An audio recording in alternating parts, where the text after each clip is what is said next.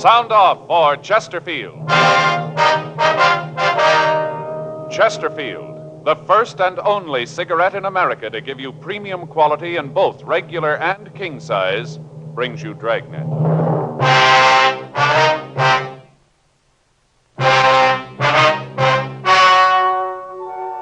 Ladies and gentlemen, the story you are about to hear is true.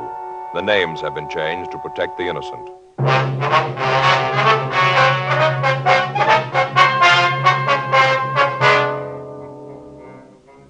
You're a detective sergeant.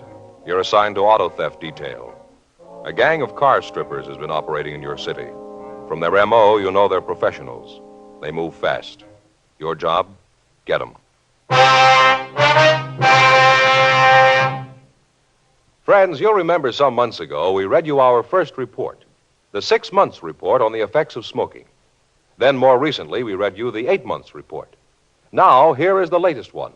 The full 10 months report confirms again. The group examined showed no adverse effects on the nose, throat, and sinuses from smoking Chesterfields. This from a medical specialist who is making regular bi-monthly examinations of a group of people from various walks of life. 45% of them have smoked Chesterfield for an average of over 10 years. After 10 full months, the specialist reports he observed no adverse effects on the nose, throat, and sinuses of the group from smoking Chesterfield. That's the report. Buy much milder Chesterfield, regular or king size. The cigarette that's best for you.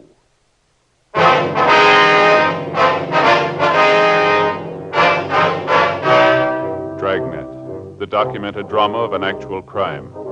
For the next 30 minutes, in cooperation with the Los Angeles Police Department, you will travel step by step on the side of the law through an actual case transcribed from official police files. From beginning to end, from crime to punishment, Dragnet is the story of your police force in action.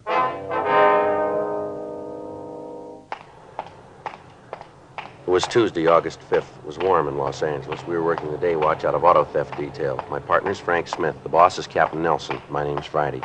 I was on my way back from the telephone booth, and it was 10:23 p.m. when I got to the parking lot. Our car. You called in? Yeah, they haven't hit tonight so far. What's the time now? A little after 10:30. Parking lot's about empty. Yeah. The attendant left a few minutes ago. Frank? Yeah, I see him. Over there going for that Cadillac. Yeah. You got a good look at him? No, it's too dark. He's forcing the door. Come on. Right. All right, hold it up there. He's in the car, Joe. All right, hold it up. He isn't going to stop. He's heading for that intersection. He'll never get through. Come on.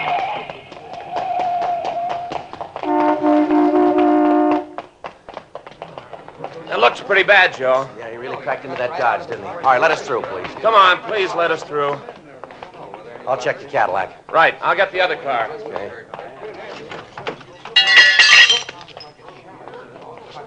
The 3 people in that Dodge are lucky. Doesn't look too bad. I'll call the ambulance. Yeah, we'll tell him to hurry. I don't think this one's going to wait. 10:46 p.m. The ambulance arrived, and after emergency treatment at the scene, the victims were removed to Georgia Street Receiving Hospital. A traffic car had been dispatched to investigate the accident. Upon arrival at the emergency hospital, we were informed that the suspect had died on the way. The dead body was identified by his personal effects as Charles Roxford, age 16. The Juvenile Bureau was contacted, and they requested that in the course of our investigation, we notify the boy's family. 11:27 p.m. Frank and I drove out to the address listed on the victim's identification. It was a house above the Sunset Strip. We rang the bell and waited. I'll try it again. Yeah.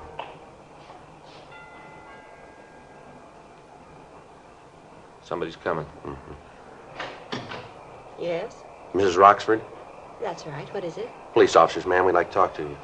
Police? Well, come in. I don't know what you want with us, but come in. Thank you. Come into the living room. Thank you very much. Now, sit down. What is it? There's been an accident, Mrs. Roxford. An accident? Yes, ma'am. Pretty bad one. What's this got to do with me? Well, you see, ma'am, your boy was... Joe? Well, we're sorry to have to tell you this, ma'am, but your boy was in an accident tonight. Charles? Yes, ma'am.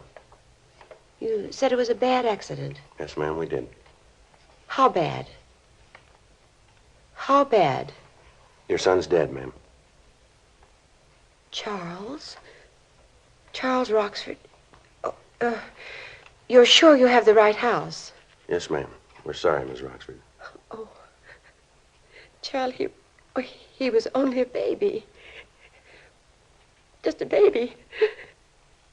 Oh, you're sure there's no mistake? You're sure? Afraid not, ma'am.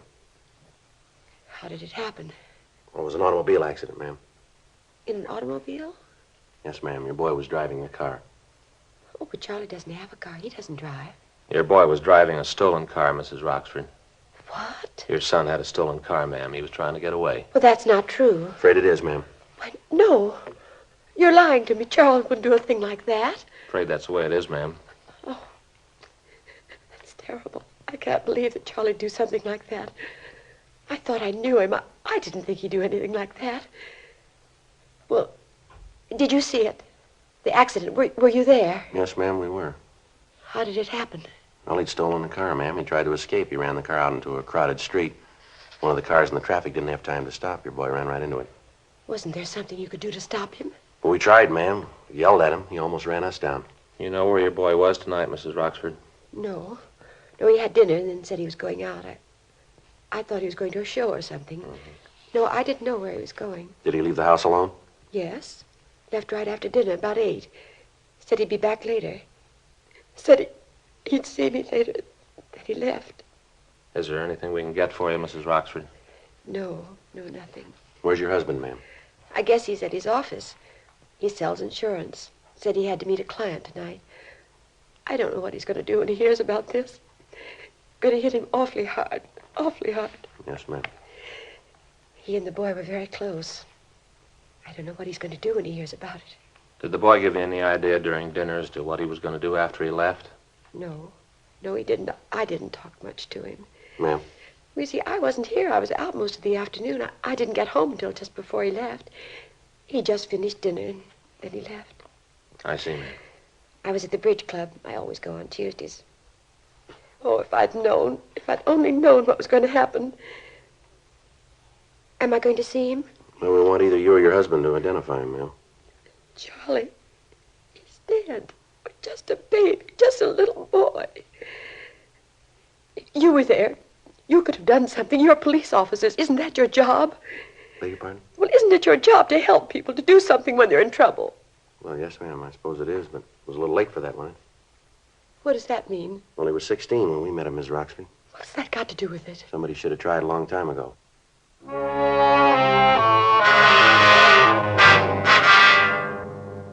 Most car thefts fall into 3 basic categories, well known by all police officers. First, the cars that are stolen by professionals who change the motor numbers, forge owner certificates, repaint the bodies, and sell them throughout the country. The second group consists of joyriders, thieves who steal the cars for a few hours, merely to ride around in them and then leave them on the streets. The third category, and the one we've been working on for the past 6 weeks, dealt with the activities of car strippers. Their M.O. followed the usual pattern for this type of crime. The car would be stolen and then driven to some lonely part of the city. There, all usable accessories would be removed. Radios, tires, air horns, side mirrors, anything that could be resold would be taken. In certain cases, the articles would be stolen while the car remained parked where the owner had left it. We found that the gang had become so proficient that they could break into a car and remove the radio as well as other accessories in under 10 minutes.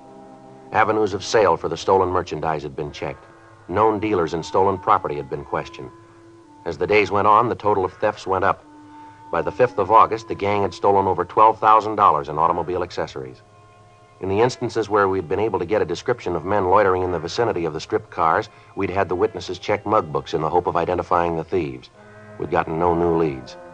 Physical evidence at the scene of the abandoned cars had been checked and rechecked. It netted us nothing. A week passed. August 14th, 8:15 a.m. Frank and I got back to the office. The captain's really boiling, isn't he? Yeah, you can't blame them, though. They got to stop cold. Well, we're going to get a break in it sometime. All the luck can't stay on their side.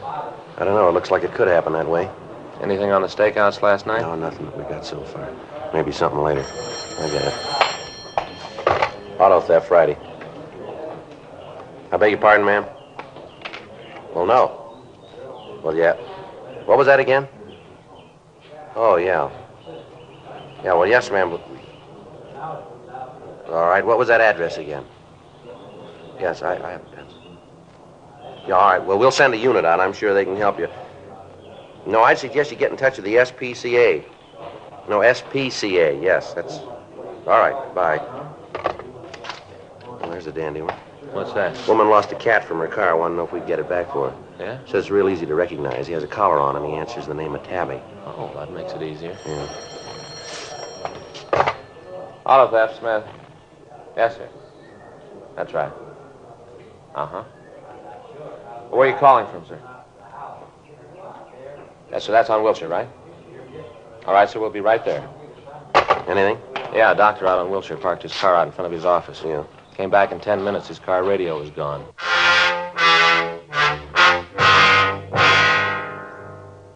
"8:56 a.m. Frank and I got to the doctor's office. It was in a large medical building out on Wilshire Boulevard. We went up to the second floor and talked to the man who placed the call, a Dr. Alex Halsey. He told us that he'd stopped at his office on the way to a hospital call. He'd parked his car immediately in front of the building. When he returned 10 minutes later, he found that the radio had been stolen. From his office, we called the crime lab and latent fingerprints detail. Crews of men were sent from both divisions. They went over the car for possible physical evidence. Frank and I, along with Dr. Halsey, went down to the street. We talked to him while the officers worked. Darndest thing I ever saw. I tell you, I wasn't in the building more than 10 minutes. 10 minutes outside. Yes, sir. Came back, and I could see right away that the door had been opened. Uh-huh. First, I thought maybe I'd left it open. Then when I got in the car, I knew right away. As soon as I saw the radio was gone. Yes, sir. Did you notice anyone loitering around your car when you parked it? Anybody suspicious, maybe? No, I didn't. Of course, I might not have noticed anyone. Had my mind on Julie. Julie? Yes, I'm operating on her this afternoon. Poor little kid has an intestinal disorder. Only 3 months old. Gee, that's too bad. Yes, she'll be fine, though. Of course, the parents are worried. They always are. Can't convince them there's nothing to worry about. Yes, sir. Then you didn't notice anyone, huh? No, like I said, I didn't. You sure you locked your car, sir, when you left it? Oh, yes, I'm sure about that. Always make it a practice to lock it when I leave it. Lots of times I leave instruments in it. Always have to be careful about the instruments. Oh, yes, sir, I always lock it. How about the windows? What? The windows. Did you roll them all the way up? Roll them up. Well, now, once in a while I don't. Try to think of that.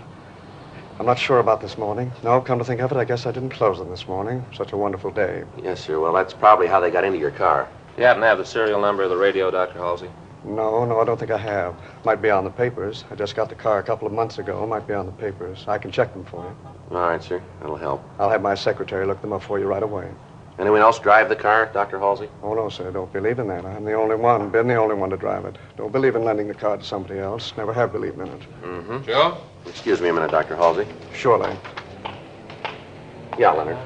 Got a couple of clean prints on the dashboard. Might belong to the thief. Yeah. I'd like to check the doctor. It might be his. Okay. Wait a minute. I'll get the kit. I know. Hey, Dr. Halsey. Yes, Sergeant. Okay.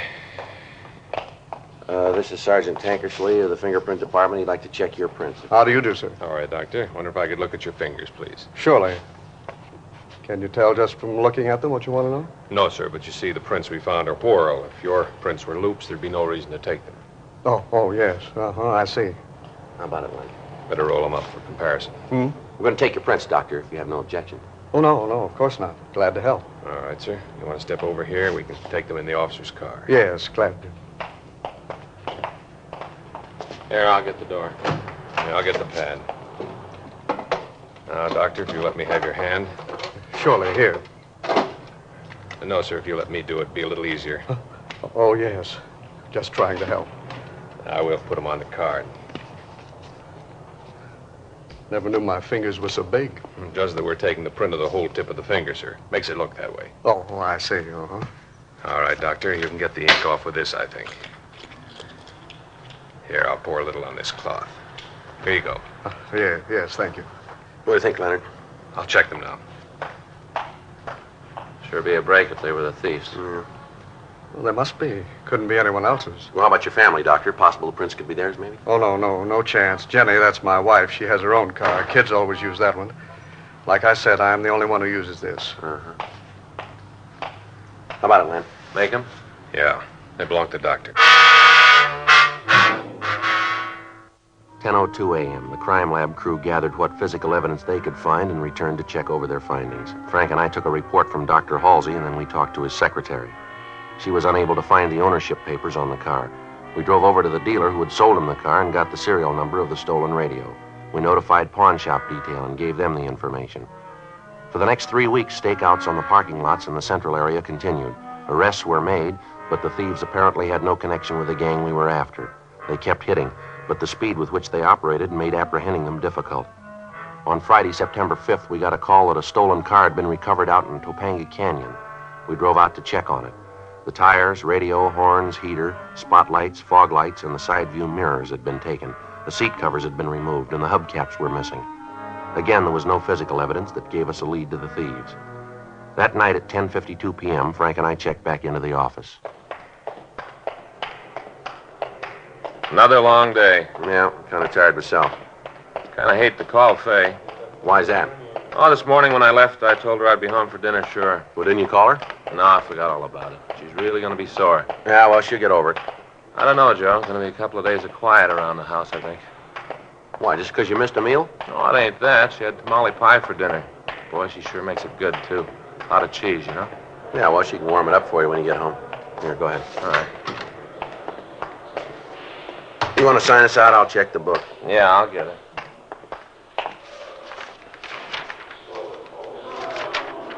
Anything?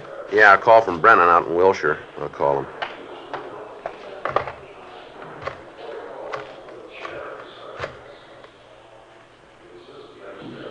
Hello, Brennan around? Yeah, all right. Say what it was about? No, I'm calling him now. Yeah, hi, Brennan. It's Friday. Yeah. You did, huh? Where'd that happen? No kidding. Well, those are the brakes, I think. Yeah. Okay. Yeah, thanks, Brennan. Picked up a kid for running a red light driving a hot rod. Yeah? Car was fixed up with a lot of new stuff. Guys out of Wilshire checked it over. Uh-huh. According to the serial number on the radio, it was stolen from Dr. Halsey.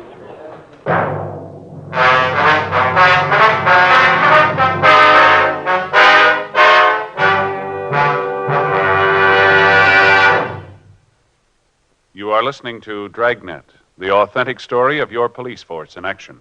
In 1952, American smokers bought more Chesterfields than ever before in the history of the industry. Today, sales are still going up. Smokers everywhere are changing to Chesterfield. Chesterfield, the first and only cigarette to give you premium quality in both regular and king size. Premium quality in a cigarette means the world's best tobaccos, the best ingredients, the best cigarette paper. Only Chesterfield gives you this premium quality in both popular sizes. King-size Chesterfield contains tobaccos of better quality and higher price than any other king-size cigarette. Well, that's certainly important to every king-size smoker. Of course, it's the same fine tobacco as in regular Chesterfield. There is absolutely no difference, except that king-size Chesterfield gives you more than a fifth longer smoke. Remember, the modern way to sell cigarettes is the Chesterfield way. Premium quality, both regular and king size. Chesterfield is much milder. Chesterfield is best for you.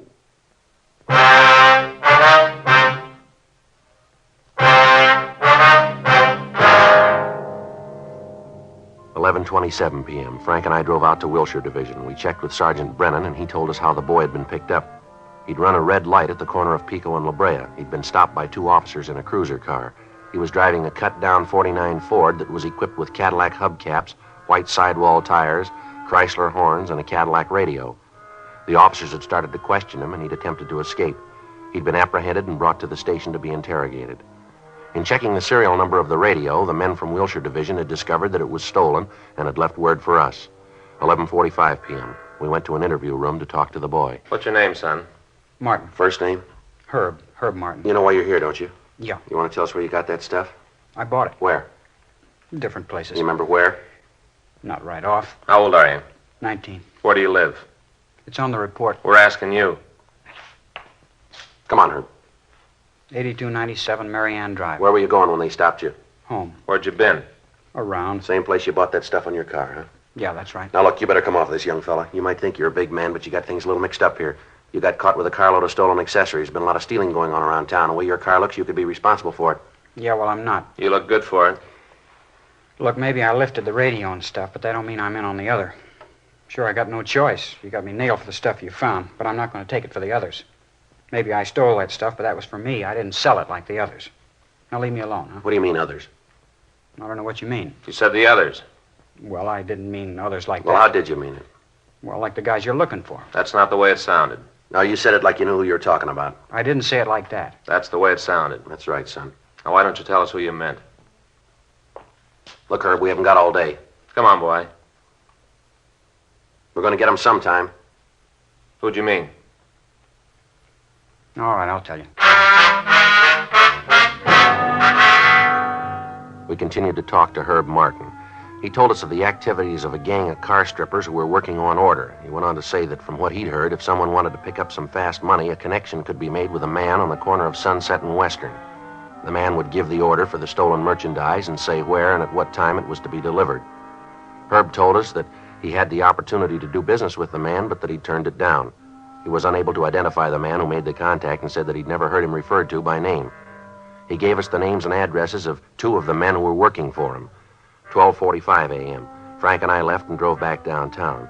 With the assistance of officers from Wilshire Division, the two young men were brought in for questioning. They identified their contact as a Richard R. Ogden. We ran the name through R&I and found that Ogden had a previous record of petty theft. From the 510 in his package, we obtained his last known address, but the landlady told us that he'd moved and left no forwarding address. She told us, however, that she thought we could find him at the Meyer Garage on South Hoover. We drove over and found that it was a small place on the corner of Hoover and Mariposa. The owner, Alan Meyer, told us that Ogden did work for him, but that he was out. He said that the suspect was expected back almost any time. While we talked to him, Meyer worked on a small foreign car. Great little cars. Get a real kick out of working on them. Yeah, sure nice looking. You sell them, do you?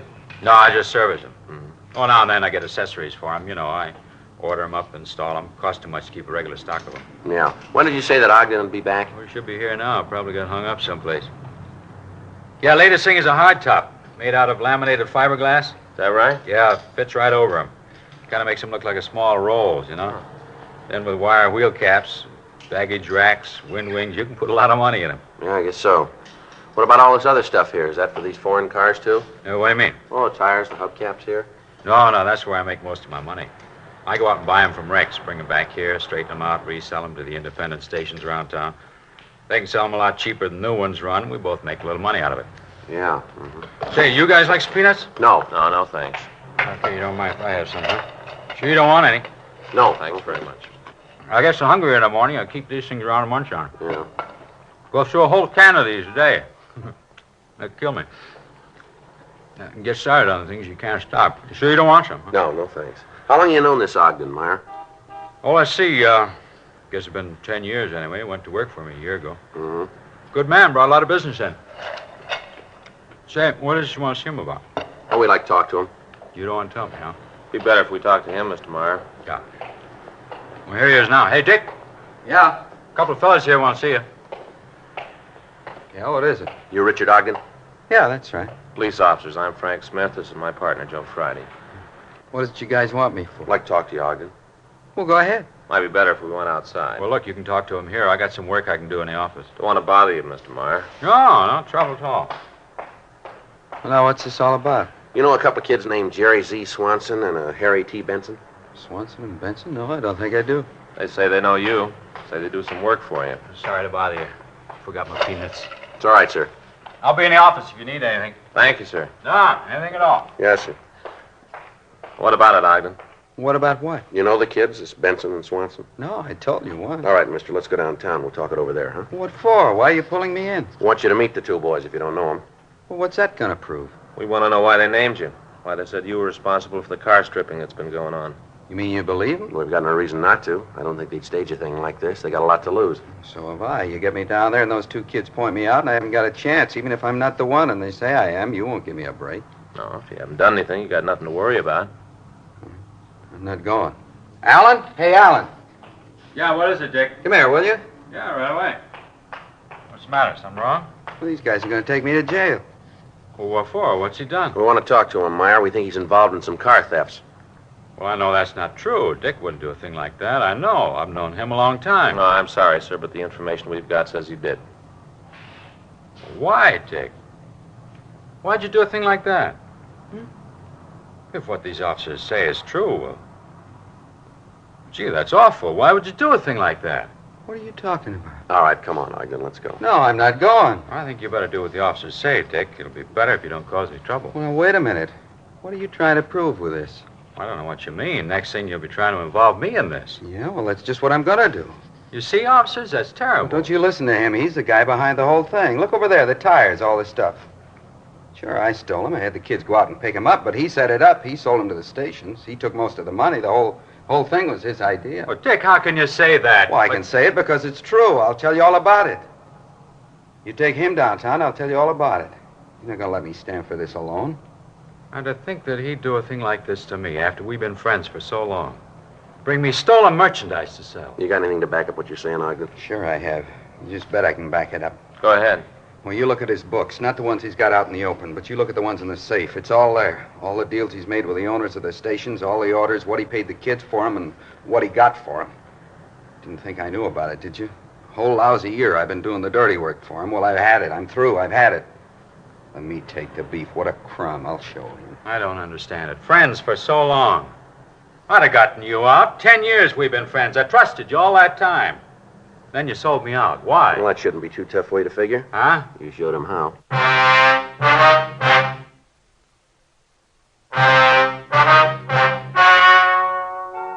The story you have just heard was true.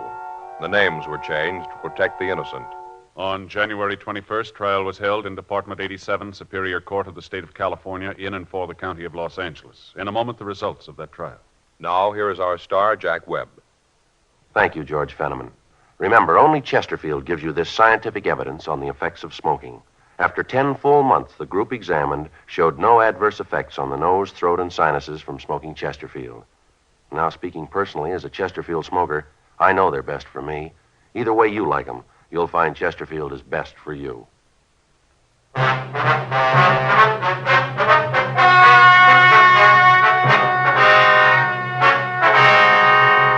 Richard R. Ogden and Alan Y. Meyer were tried and convicted of receiving stolen property. They received sentences as prescribed by law.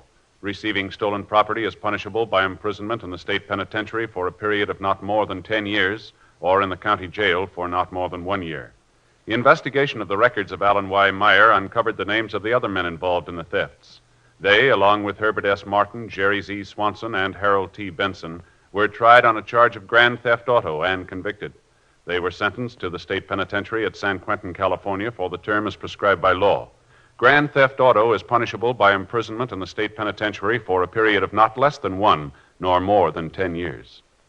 Ladies and gentlemen, 10 million Americans have diseases of the heart and blood vessels. What are the causes and the cures? Well, it'll take research to find out. Send what you can to Heart, care of your local post office. Help your Heart Fund. Help your heart. You have just heard Dragnet, a series of authentic cases from official files. Technical advice comes from the Office of Chief of Police W.H. Parker, Los Angeles Police Department. Technical advisors, Captain Jack Donahoe, Sergeant Marty Wynn, Sergeant Vance Brasher. Heard tonight were Ben Alexander, Sarah Selby, Art Gilmore. Script by John Robinson. Music by Walter Schumann. Hal Gibney speaking. For a million laughs, tune in Chesterfield's Martin and Lewis show, Tuesday night on this same NBC station. And sound off for Chesterfield, either regular or king size. You'll find premium quality Chesterfields much milder. Chesterfield is best for you. Chesterfield has brought you Dragnet, transcribed from Los Angeles.